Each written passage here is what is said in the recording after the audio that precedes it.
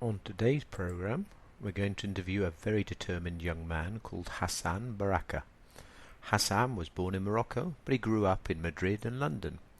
He's now known as the Continental swimmer because he's trying to connect the continents by swimming from one to another. If everything goes to plan, he's going to finish the circuit next week when he swims from Egypt to Saudi Arabia and so link Africa to Asia. Hassan, why did you decide to start this trip?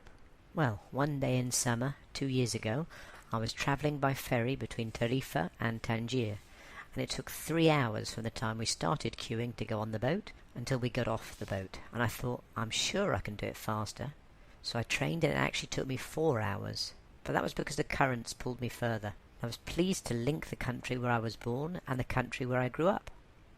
Anyway, I appeared in the newspapers and a bank offered to sponsor me because they thought it would be a fantastic idea to swim between the 5 continents. And you were already a good swimmer, weren't you?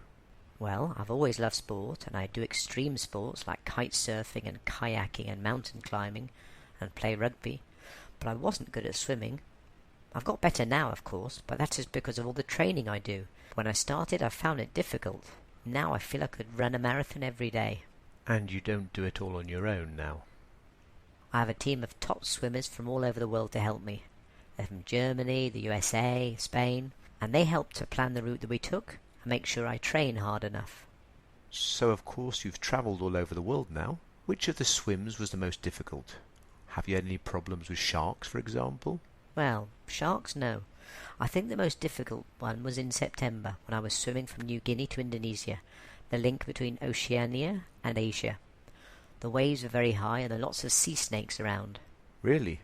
That was a bit scary. Oh yes, fortunately there was a security boat with me, and in the end the sea snakes went away. And I'm told you've crossed from Russia to America via Alaska. Well, not exactly. There was a problem with my visa, so I didn't have permission to start from Russia. But I swam from the international date line instead. And it was really cold. I think the water temperature was about 4 or 5 degrees, and I thought it was going to snow, because I could see clouds and everything.